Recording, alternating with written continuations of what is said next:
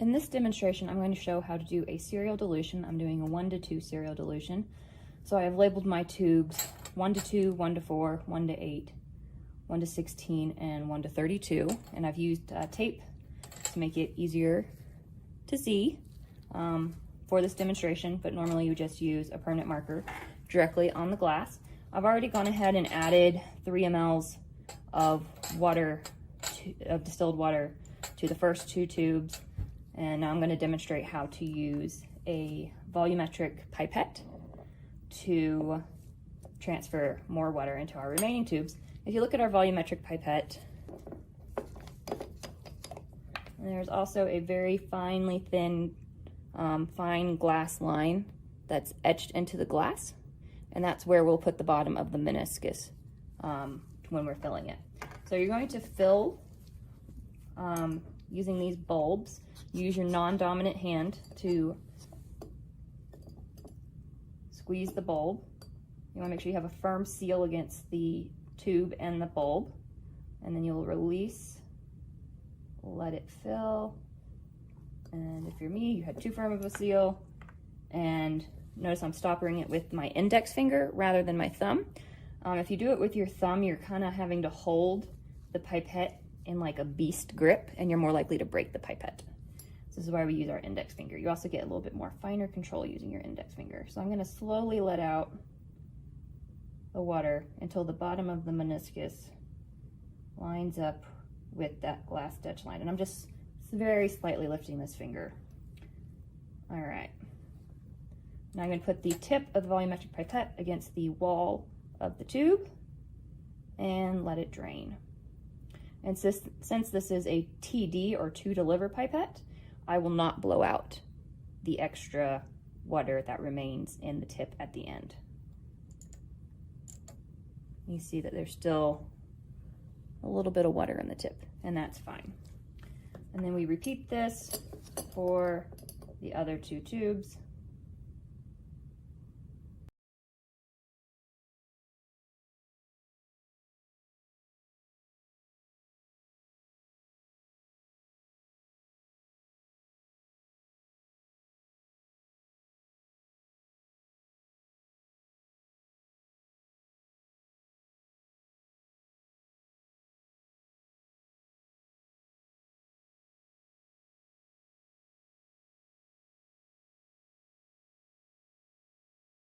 All right, and then we will discard our used pipette into a metal bin. These will be located at the end of your benches. And then we will cap our DI water. Never leave something uncapped, because inevitably you will knock it over and make a mess. All right, so now I'm going to show you how to use a serological pipette. This is a 5 ml serological pipette, and you just open it, you can just rip through it and take off the plastic, throw that away. And so this is a 5 ml pipette, and it's got the 2 lines, meaning that we will blow it out at the end. All right, so for a serial dilution, you are going to, so this has interesting numbering. This is actually 0 is how much it's delivering. So if you fill it all the way up to the 0 line, that's considered 5 mLs if you let all of it drain out. We actually want to deliver 3 mLs today, so we count up 1, 2, 3. So we're actually going to fill it up to the 2, which seems counterintuitive. So we're going to fill it up to the 2, which is actually 3 mLs.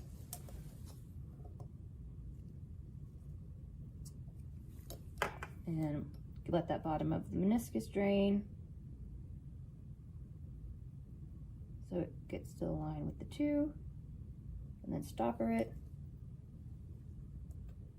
put it against the side of the thing, and then it's going to come in here and go boop, get that last little bit out.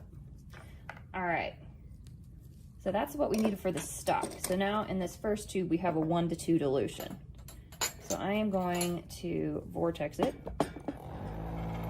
Ooh, I'm putting my finger over it so it doesn't come flying out. With a biological sample, you'd want to put parafilm over this before you vortex. And so now we have a 1 to 2 dilution. So to make our 1 to 4 dilution, we will transfer 3 mLs of the 1 to 2 to the 1 to 4, and that will get us our 1 to 4 solution.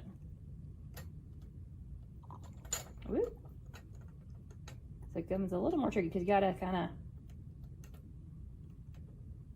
be moving the pipette down the tube as you're sucking up, because otherwise you'll suck up bubbles like I just showed you.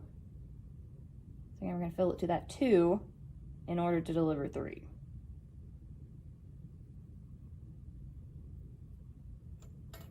Transfer.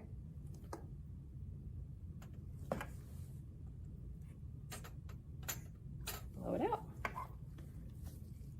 And then vortex. You see with the vortex, it makes a little tornado inside. That's how you know it's mixing. If you don't have a tornado, it's not mixing all the way. You can also see how I'm moving my tubes over as I finish them. And that helps you when you're dealing with substances that aren't colored to keep track of which ones you've already done.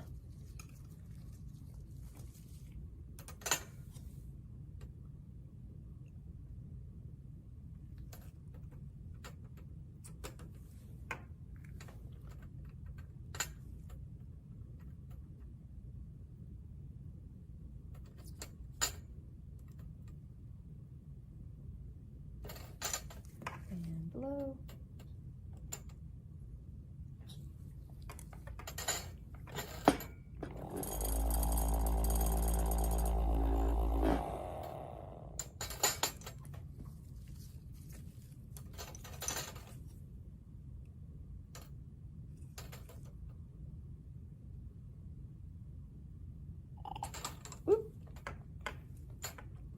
So what's nice about these is that there's actually a little filter up at the top that will prevent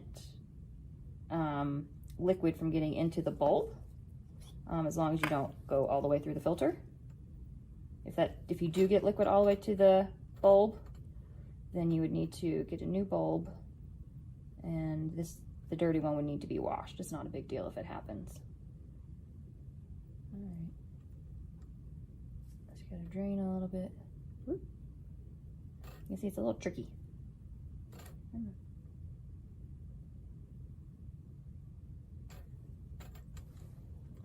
I feel like hand pipetting or using the bulb is much easier to do with the volumetric pipettes than the serological pipettes. The serological pipettes are usually meant to be used with a pipette gun, and so they're not quite as smooth on the top of the fingers to get some fine control.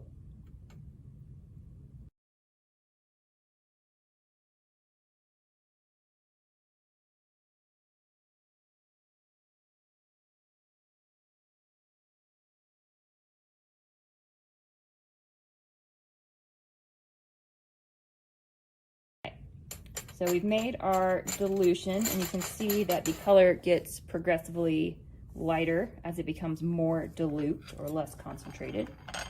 So the next thing we're going to do is take these to the spectrophotometer and measure their absorbance. And you do have the option of discarding 3 mLs of this 1 to 32 or the last one in your dilution to waste, but you don't have to. So I have our dilution that we made, and now we're going to use a spectrophotometer. And our spectrophotometer has a dial at the top to adjust the wavelength. For Evans blue dye, we need to adjust it to 600. So I will adjust it to 600. This has been turned on and the bulb has warmed up. I can see that it's in absorbance mode because the little red light here is with the A, which stands for absorbance, is highlighted. This is the chamber where the cuvettes will go in. And the first thing we are going to do is set our 0% transmittance. So we're going to switch back to transmittance. Oh, wrong button. So we switch to transmittance, and then we're going to blanket or set to 0% or 100% transmittance with no cuvette in the instrument. This thing, it says blank. Okay, so that was happy.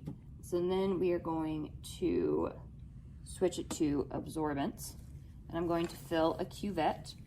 These cuvettes are not the same as the tubes that we have at the bench. These are made of a special material that doesn't have a significant amount of absorbance, so you need to make sure you use these. They're located by the spectrophotometer. And we want to make sure that we fill it up sufficiently, at least 3 mLs, with distilled water before we put it in the instrument, because if you have under 3 mLs, the light path will actually go over the sample, and that will skew your results. And then we're going to give it a quick little rub down with a cuvette to make sure there's no imperfections or liquid on the outside of the cuvette. We're going to hold it at the top, lift the chamber door, insert it in, make sure it's firmly seated, and then close it. And at this point, we're going to press the 0 absorbance button. And this is considered blanking the instrument. So this is taking into account the absorbance of distilled water as well as our cuvette.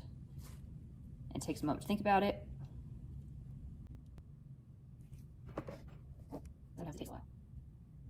All right, so now it's zeroed. And see how this instrument doesn't have a leading 0? That's annoying. Always write down a leading 0 on your lab results. So now we're going to take it out. And we can set this to the side right now. And the first thing we're going to do is I'm actually going to start with our most dilute, or the one that is the palest in color, our 1 to 32, and pour that in here.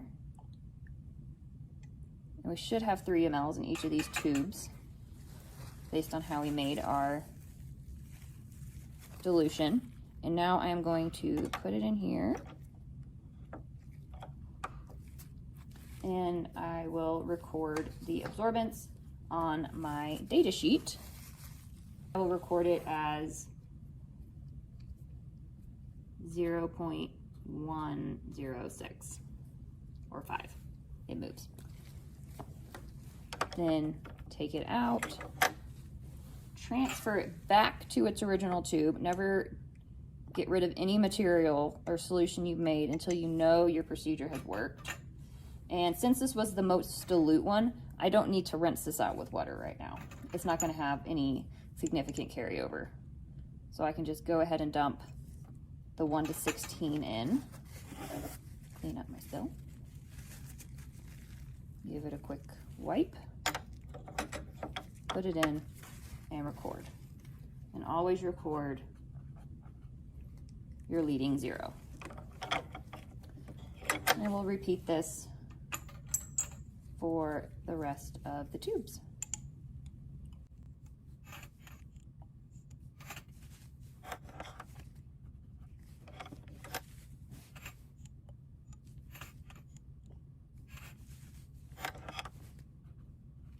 Since this is a 1 to 2 dilution set, our absorbances, as we increase our concentration, should be doubling if this was a linear relationship, which it should be. And looking at my results, it is doing that pretty close, doing a pretty good job of that, which means that my pipetting is accurate. So that's one quick way to just quickly tell if your pipetting was good, are your numbers changing the way you expect them to.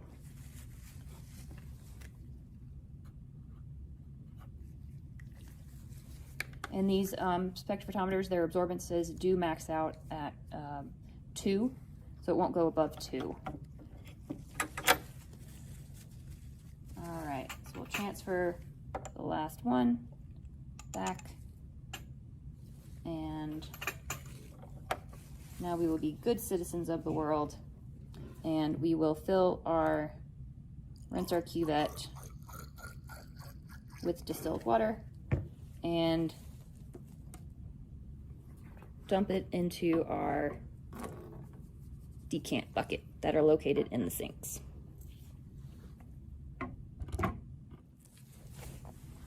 And when we set them to dry, upside down on our cuvette rack.